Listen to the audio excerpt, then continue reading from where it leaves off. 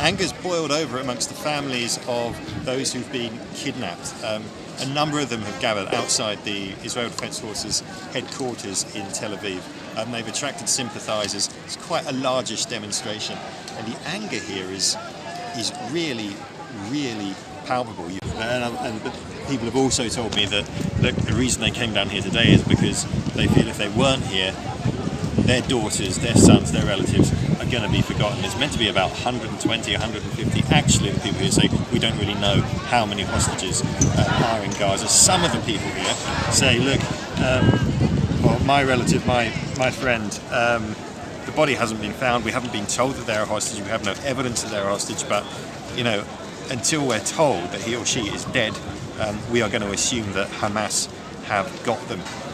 And although this is really about hostages and getting them free, there's also a massive political undertone here. The crowd here is just shouting, "Bibi to jail."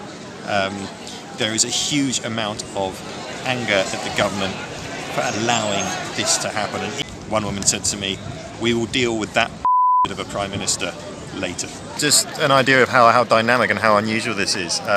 First of all, there's air raid alerts on in Tel Aviv today. If a rocket lands, it's going to be a big one because it's long range.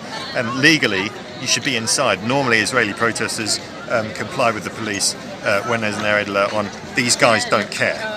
That's how strongly they feel about this. The police just showed up and tried to put concrete blocks in front of the IDF's HQ there.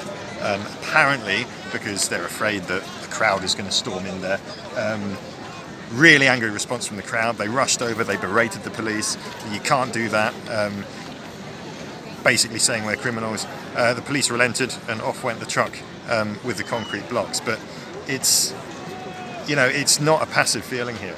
There's a real course of raw grief informing really, really immense anger. And I'm not an expert on Israeli politics, but I do think Netanyahu is in trouble if this kind of thing's going on.